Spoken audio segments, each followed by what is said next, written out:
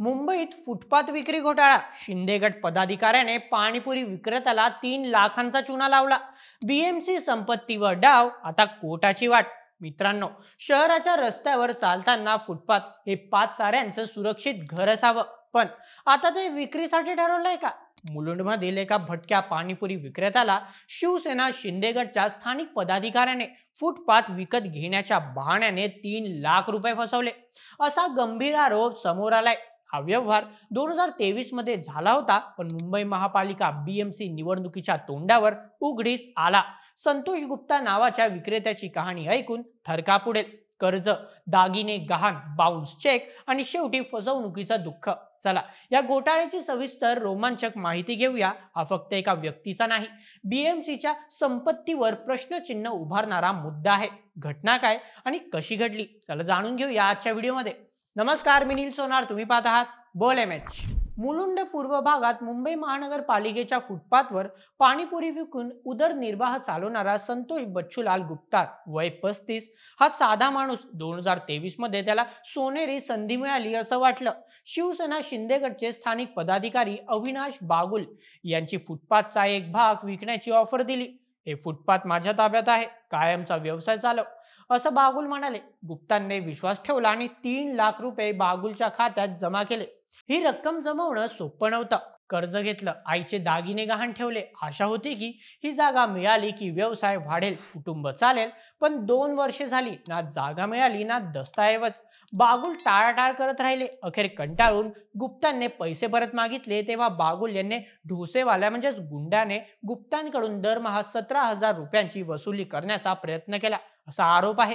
शेवटी गुप्ताला समजलं, ही जागा बीएमसीची सार्वजनिक संपत्ती आहे, विक्री होऊ शकत नाही. फसवणूक उघड झाली आणि हा घोटाळा तोंडावर आला. बीएमसी निवडणुकीच्या पार्श्वभूमीवर हा मुद्दा राजकीय रंग घेतोय.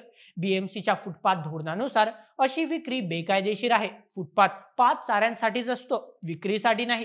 गुप्तांनी पैशांची मागणी केली तेव्हा बागुल यांनी समाधान देण्याचा प्रयत्न केला. पहिला चेक जो त्यांना मिळाला तो जुना चेक होता आणि बाउन्स झाला. मग आणखी 2 चेक, तेही बाउन्स झाले. त्यानंतर गुप्तांनी मुलुंड पोलीस ठाण्यात तक्रार दाखल केली. तक्रारीनंतर बागुल यांनी 1.5 लाखांचा चेक दिला, पण त्या बँक खात्यात शिल्लकच नव्हती, तोही वटला नाही.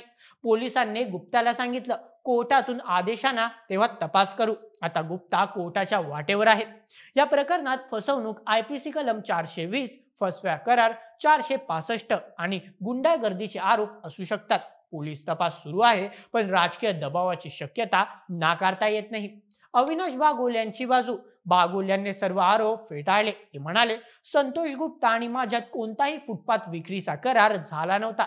त्याने माझ्याकडून व्यवसायासाठी कर्ज घेतलं होतं, ते मी परत केलंय. हे आरोप राजकीय कटाचा भाग आहेत. मुंबई महापालिका निवडणुकीत शिंदे गटाला बदनाम करण्याचा डाव. बागुल हे शिवसेना शिंदे गटचे सक्रिय पदाधिकारी आहेत.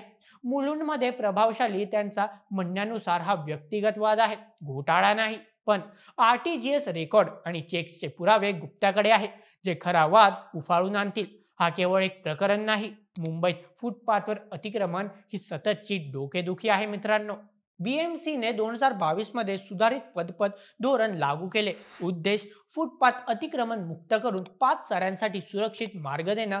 विशेष होतं ज्येष्ठ नागरिक, दिव्यांग, लहान मुलांसाठी मोकळा रस्ता, त्यात सुविधा, पायाभूत सुधारणा, फेरीवाल्यांसाठी निश्चित जागा. पण वास्तव वेगळं झालं.